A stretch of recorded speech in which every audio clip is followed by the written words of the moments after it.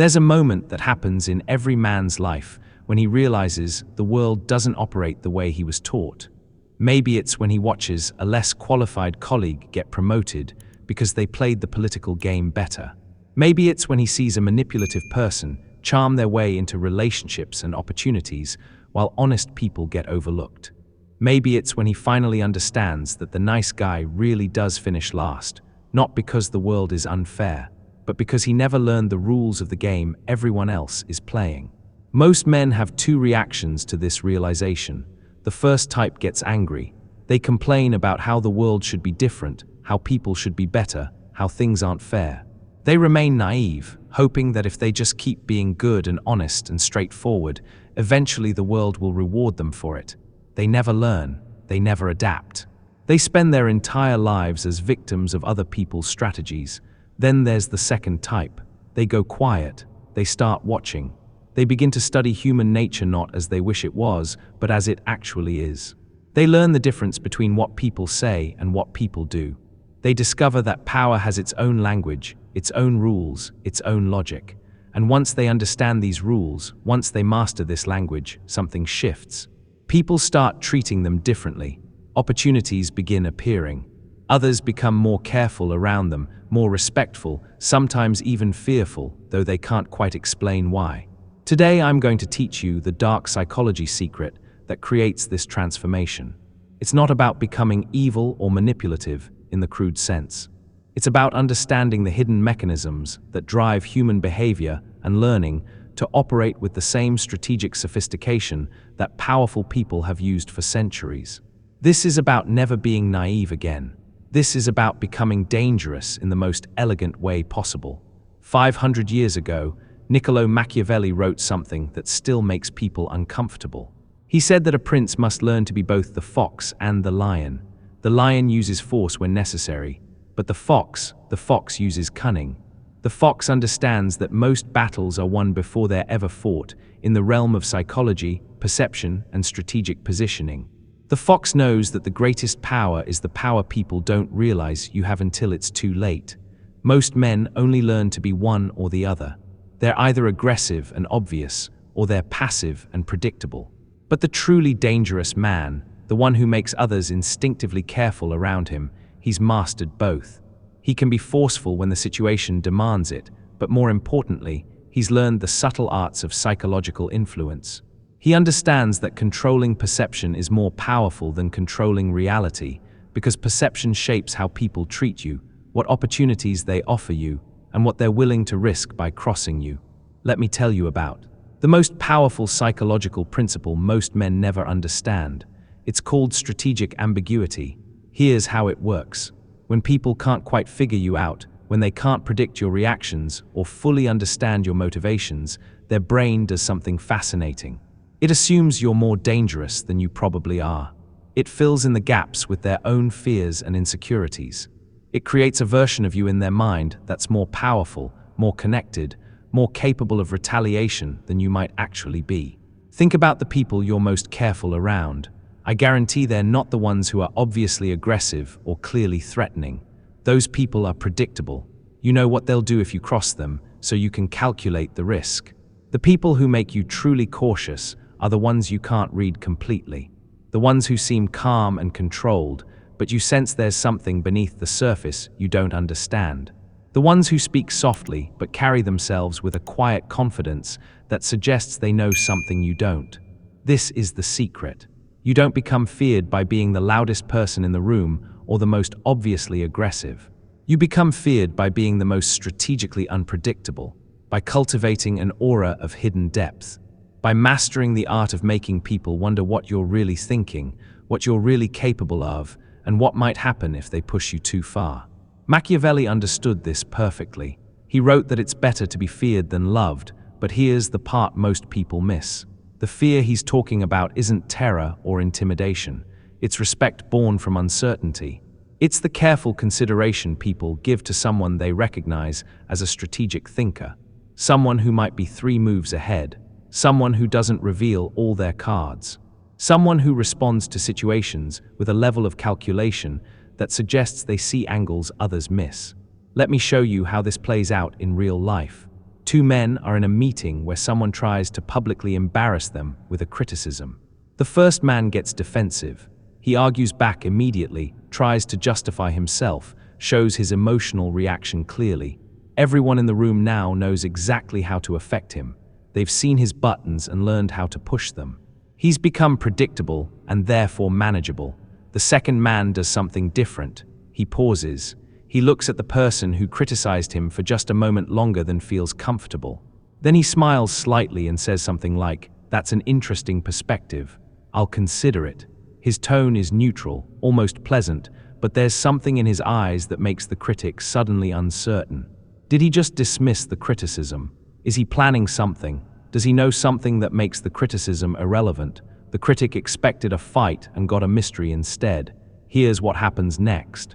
The first man's reaction is forgotten within minutes, but people remember the second man's response for weeks. They start wondering about it. What did that look mean? Why was he so calm? What is he planning? And most importantly, they start being more careful about how they interact with him because they've realized they can't predict or control his responses. This is the power of strategic ambiguity. You're not being dishonest or manipulative in any harmful way. You're simply refusing to be an open book. You're maintaining psychological space between your inner thoughts and your outer presentation. You're giving people just enough information to interact with you effectively, but never enough to fully understand or predict you. Most men make the mistake of thinking they need to be completely transparent to be trustworthy. They share their thoughts freely, react honestly to everything, wear their emotions openly. They think this makes them authentic and likable. And it might make them likable, but it also makes them powerless. Because once people can read you completely, once they know all your triggers and motivations, they can manipulate you effortlessly. The strategically minded man operates differently. He's pleasant and professional, but there's always something held in reserve. People enjoy interacting with him, but they never feel like they completely understand him. He shares information selectively. He reveals his emotions strategically. He responds to situations with just enough unpredictability to keep people slightly off balance. This isn't about being cold or distant. It's about being selectively available. It's about understanding that mystery is magnetic and predictability is powerless. It's about recognizing that the moment people feel like they have you figured out completely, they stop respecting your potential and start taking you for granted. Let me give you another example. A man is interested in a woman who's been giving him mixed signals. The typical approach would be to have a direct conversation about where they stand, to push for clarity, to try to resolve the uncertainty. But the strategically minded man recognizes that uncertainty is often more powerful than certainty. Instead of chasing clarity, he creates it. He becomes less available. He stops initiating contact as frequently. He develops other interests and connections that make his attention less guaranteed. What happens? The woman who was taking his interest for granted suddenly realizes she might lose it. The uncertainty that was bothering him is now bothering her. She starts wondering what changed, why he seems different, whether she misjudged his level of interest. The power dynamic has shifted because he stopped being predictable. This principle applies everywhere. In business negotiations, the person who needs the deal least has the most power. In social situations, the person who's least invested in being liked often ends up being the most respected. In any kind of relationship, romantic or otherwise, the person who maintains some level of mystery and independence holds the psychological advantage. But here's where most men go wrong when they try to apply this. They think it means being aloof or playing games or being deliberately difficult. That's not strategic ambiguity. That's just poor social skills wrapped in pseudo-psychology. Real strategic ambiguity is much more sophisticated. It starts with genuine self-development. You can't fake having depth. You can't pretend to be mysterious if there's nothing interesting beneath the surface. The most powerfully ambiguous men are genuinely complex individuals with rich inner lives, diverse interests, and real accomplishments. Their mystery isn't manufactured, it's natural, because they actually do have more going on than most people realize. They read extensively, so they understand human nature and historical patterns that others miss. They develop skills and hobbies that most people don't know about. They build networks and relationships across different spheres of life. They think deeply about situations before reacting. When they seem to know something others don't, it's often because they actually do. This is why the Machiavellian mindset isn't about manipulation, it's about sophistication. It's about developing yourself into someone who genuinely operates on a different level than most people.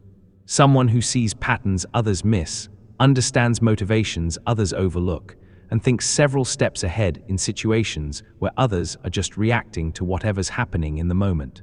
Once you've developed this genuine depth, the strategic presentation becomes natural. You don't have to pretend to be mysterious because you actually are more complex than most people assume. You don't have to fake being calm under pressure because you've trained yourself to think before reacting. You don't have to manufacture an aura of hidden knowledge because you've actually invested the time to understand things that others haven't studied. Let me tell you about the 3 levels of psychological positioning that create this effect. The first level is reactive. This is where most men operate. Something happens, they react. Someone says something, they respond immediately. Someone challenges them, they defend themselves right away. They're constantly responding to their environment rather than shaping it. People learn to manage them by learning what gets a reaction. The second level is responsive. This is better. These men pause before reacting. They consider their options. They choose their responses based on what outcome they want to achieve. They're not just reacting to stimuli, they're thinking strategically about their interactions. This already puts them ahead of most people, but the third level is where real power lies. This is the proactive level. These men don't just respond to situations, they shape them. They understand that every interaction is an opportunity to influence how others perceive them and treat them. They're constantly positioning themselves psychologically, creating the conditions that lead to the outcomes they want. A reactive man gets insulted and insults back. A responsive man gets insulted and considers whether responding serves his interests. A proactive man creates conditions where people are less likely to insult him in the first place, and when they do, his response serves his longer-term strategic positioning rather than just addressing the immediate situation. This third level is where the dark psychology becomes apparent, not because it's evil, but because it's operating on a level that most people don't recognize. When you're thinking 3 moves ahead while others are just reacting to the current move, you appear to have almost supernatural insight into how situations will unfold. Here's a practical example of how this works. A proactive man joins a new workplace. Instead of just trying to do his job well and hoping to be recognized, he immediately begins studying the social dynamics. Who has real influence versus who has official authority? What are the unspoken rules and political undercurrents? Who are the key decision makers and what motivates them? What problems does the organization face that aren't being addressed effectively? He doesn't gossip or get involved in office politics in an obvious way. Instead, he positions himself strategically. He makes himself useful to the people who have real power.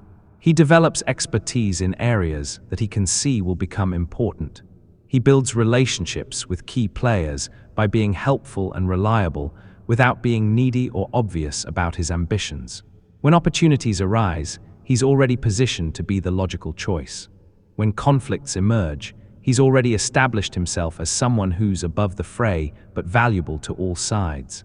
When changes happen, he's already anticipated them and prepared accordingly. To everyone else, it looks like he has incredible luck or insight. In reality, he's just operating proactively while they're operating reactively. This is what makes people uncomfortable around strategically minded individuals. It's not that they're doing anything wrong or harmful. It's that they're playing a more sophisticated game than most people realize is being played. They're thinking about psychology and positioning while others are just thinking about the immediate task at hand. Machiavelli called this virtue. It's often translated as virtue, but that's misleading. Virtue is more like strategic excellence. It's the ability to see situations clearly, understand the forces at play, and position yourself to achieve your objectives regardless of what obstacles or opportunities arise. It's about being effective in the real world rather than just following abstract moral principles that may or may not lead to good outcomes. This doesn't mean abandoning morality. It means understanding that good intentions without strategic thinking often lead to bad results, while strategic thinking guided by good intentions can achieve outcomes that purely moral approaches cannot. The most effective leaders throughout history have understood this balance. They've been able to operate pragmatically in an imperfect world while still working toward positive outcomes. Let me show you how to begin developing this mindset. Start by becoming an observer of human nature. Most people go through life focused on their own experience, their own reactions, their own immediate concerns. Begin shifting your attention to patterns. How do people really make decisions? What motivates them beyond what they say motivates them? How do group dynamics actually work versus how people pretend they work? You'll start noticing things that others miss. You'll see that people often do things for reasons they don't consciously understand. You'll recognize that most social and professional situations have hidden dynamics that determine outcomes more than the obvious factors everyone focuses on. You'll realize that understanding these hidden dynamics gives you a massive advantage in almost every situation. Next, start thinking in terms of positioning rather than just performance. Most men focus on doing good work and hope it gets recognized. Start thinking about how to ensure your good work gets recognized by the right people at the right time. Most men focus on being right in arguments. Start thinking about how to achieve your actual objectives, which may or may not require proving you're right. This shift in thinking will change how you approach everything. Instead of just reacting to whatever situations arise, you'll start thinking about how to create the conditions that lead to the outcomes you want. Instead of just hoping people will treat you well, you'll understand how to position yourself so that treating you well serves their interests. The psychological effect this has on others is profound. When you stop being reactive and predictable, when you start operating with strategic sophistication, people sense something different about you, even if they can't articulate what it is. You become someone they need to think more carefully about, someone they can't just dismiss or take for granted, someone who might have resources, knowledge, or capabilities they don't fully understand. This is where the fear element comes in, but it's not fear in the sense of being afraid you'll hurt them. It's the fear of making a strategic mistake. It's the caution people feel around someone they recognize as a skilled player in games they might not even realize they're playing. It's the respect that comes from understanding that you're operating on a level that requires them to be more thoughtful and less casual in their interactions with you. The beauty of this approach is that it makes enemies less likely while making allies more valuable. People who might have casually dismissed or undermined you become more careful about doing so because they can't predict the consequences. People who might have taken your support for granted begin treating your alliance as something valuable that needs to be maintained. You're not threatening anyone or manipulating anyone in a harmful way. You're simply refusing to be naive about how human psychology and social dynamics actually work. You're developing the sophistication to operate effectively in a world where others are already using these principles, whether they're conscious of it or not. The truly powerful insight here is that most people are already being strategic, they're just not very good at it. They're trying to manage impressions and influence outcomes, but they're doing it clumsily, obviously, in ways that often backfire. The Machiavellian mindset isn't about becoming manipulative, it's about becoming skillful at things people are already trying to do. Think about someone in your life who always seems to get what they want from others. I guarantee they're not doing it through force or obvious manipulation. They're doing it through some combination of charm, timing, positioning, and understanding what motivates the people they're dealing with. They've learned to present their requests in ways that make saying yes feel good and saying no feel uncomfortable. They've learned to offer value before asking for value. They've learned to make their success feel like other people's success. These are learnable skills. They're not mysterious talents that some people are born with. They're the result of paying attention to how influence actually works and practicing until you become naturally good at it. The difference is that most people learn these skills unconsciously and inconsistently. The strategically minded person learns them deliberately and systematically. Here's your starting point. For the next week, practice strategic silence. When someone says something that would normally get an immediate reaction from you, pause. Count to 3 before responding. Use that pause to ask yourself what response would best serve your long-term interests rather than just expressing your immediate feeling.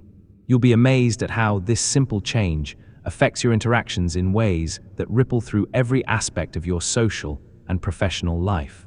People will start paying more attention to what you say because you're not saying everything that comes to mind, and this scarcity creates value. When you speak less frequently, each word becomes an event rather than background noise. Your words will carry more weight because you're choosing them more carefully, filtering them through intention rather than impulse. Others will begin to wonder what you're thinking during those pauses, which automatically makes you more psychologically interesting and mysterious. Think about it: when someone talks constantly, revealing every thought and reaction, they become predictable and easy to dismiss. But when someone speaks with purpose and allows silence to exist, others start paying attention. They begin to anticipate what you'll say next. They start wondering about the thoughts you're keeping to yourself. This creates a magnetic quality that draws people in while simultaneously establishing your presence as something to be respected rather than taken for granted. The pause itself becomes a tool of influence. In negotiations, the person who's comfortable with silence often wins because others rush to fill the void, often revealing more than they intended. In conversations, your thoughtful pauses signal depth and consideration, making others feel that when you do speak, it's worth listening to. This isn't about being cold or distant. It's about being intentional with your communication in a way that elevates your entire presence. Next, start asking yourself what people really want in every interaction, not what they say they want, but what they're actually trying to achieve. This is where most people fail in their understanding of human nature. They take everything at face value instead of recognizing the deeper psychological needs driving behavior. The colleague who's always complaining about workload might really be seeking attention, validation for their struggles, or trying to manage expectations so that their performance is viewed more favorably. They're not looking for solutions to their workload problem, they're looking for acknowledgement and perhaps some emotional relief. The friend who's always giving advice might be trying to feel important, maintain a sense of intellectual superiority, or establish themselves as someone others depend on for wisdom. Their advice giving isn't really about helping you, it's about positioning themselves as valuable and knowledgeable in the relationship dynamic. The person who's always starting arguments might be seeking engagement because negative attention feels better than being ignored, testing boundaries to understand their position in the social hierarchy, or trying to create drama because chaos feels familiar and controllable to them. Understanding these deeper motivations requires you to become a student of human psychology rather than just a participant in surface-level interactions. Watch people's patterns. Notice what they consistently do regardless of what they say they want. Pay attention to what energizes them and what deflates them. Most people are driven by a handful of core psychological needs. The need to feel important, the need to feel secure, the need to feel understood, the need to feel in control, and the need to feel valued. Once you can identify which of these needs is driving someone's behavior in any given moment, you hold the key to understanding their real agenda. Once you understand what people really want, you can choose how to respond in ways that serve your objectives while managing the psychological dynamics at play. Sometimes that means giving them what they want if it costs you nothing and builds goodwill, acknowledging the stressed colleague's workload, allowing the advice giver to feel helpful, or giving the argumentative person just enough engagement to satisfy their need without getting drawn into their drama. This isn't manipulation. It's strategic kindness that serves everyone involved. Sometimes it means redirecting their energy towards something more productive. The colleague complaining about workload might be redirected toward problem solving or process improvement. The chronic advice giver might be channeled toward mentoring someone who actually needs guidance. The person seeking arguments might be redirected toward healthy debate or competitive activities that satisfy their need for engagement without creating toxicity. Sometimes it means simply not taking the bait when someone is trying to provoke a reaction that serves their needs but not yours. This requires tremendous self-control and emotional intelligence, but it's perhaps the most powerful tool in your arsenal. When you refuse to react to provocations, when you don't feed someone's drama or validate their complaints, when you don't allow yourself to be pulled into their psychological games, you maintain your power and often force them to find healthier ways to meet their needs. This level of psychological awareness will set you apart from most people, who are just reacting to the surface level of interactions like players in a game where they don't understand the rules. You'll start operating with a sophistication that others sense but can't quite identify.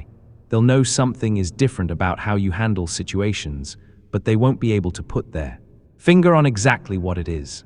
This creates a sense of respect mixed with curiosity that works powerfully in your favor. You'll become someone who needs to be approached more thoughtfully and treated more carefully, not because you're intimidating or aggressive, but because people sense that you see through surface-level games and won't be easily manipulated or drawn into unproductive dynamics. This reputation becomes self-reinforcing. As people treat you with more consideration, it reinforces your position as someone who commands respect.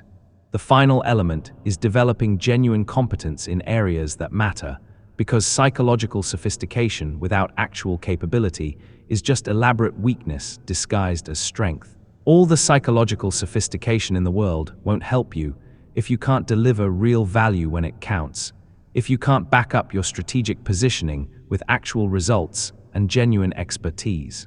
The most powerfully positioned people combine strategic thinking with genuine capability in a way that makes them formidable on multiple levels. They understand influence and psychology, but they also have real skills, real knowledge, and real results they can point to when challenged or tested. They've invested in developing expertise that others need and respect. They've built track records of competence that speak louder than any psychological maneuvering. This isn't about becoming a know-it-all or trying to be the best at everything. It's about identifying the areas where competence matters most in your life and relationships, and then systematically developing genuine expertise in those areas. This might mean becoming exceptionally skilled at your profession, developing deep knowledge in areas that interest influential people around you, or building capabilities that make you valuable in crisis situations. The key is that your competence must be real and demonstrable, not just claimed or implied. This combination is what creates the aura that makes others instinctively careful around you while simultaneously wanting to stay connected to you. You're not just psychologically sophisticated, you're also genuinely capable of delivering results when it matters. You're not just good at reading situations, you're also good at handling them effectively and efficiently. You're not just strategic in your thinking, you're also effective in your actions and follow-through. People recognize this combination instinctively, even if they can't articulate what they're sensing. They know they're dealing with someone who operates on multiple levels of competence simultaneously. Someone who can navigate the psychological dimensions of interactions while also delivering practical value. Someone who understands the game being played while also having the skills to win it legitimately. When people encounter someone who combines these elements, strategic communication, psychological awareness, and genuine competence, they recognize they're dealing with someone who operates on a different level entirely. Someone who sees more than they initially reveal, understands more than they let on, and can do more than they initially assumed. Someone who's pleasant and professional to deal with, making interactions smooth and positive, but who they sense it would be unwise to underestimate, take advantage of, or cross. This recognition creates a unique form of respect that's based not on fear or intimidation, but on acknowledgement of capability and sophistication. People want to stay on your good side not because they're afraid of what you might do to them, but because they recognize the value of having someone of your caliber as an ally rather than an opponent. This is the dark psychology secret that makes men feared in the most elegant way possible. A fear that's really respect in disguise, a wariness that comes from recognizing superior capability rather than threat of harm. Not through aggression or intimidation, which are crude tools that create enemies and resistance, but through sophisticated understanding of human nature combined with the strategic application of that understanding in ways that benefit everyone involved. Not through manipulation or deception, which ultimately backfire and create resentment, but through operating with a level of psychological awareness and strategic thinking that most people never develop.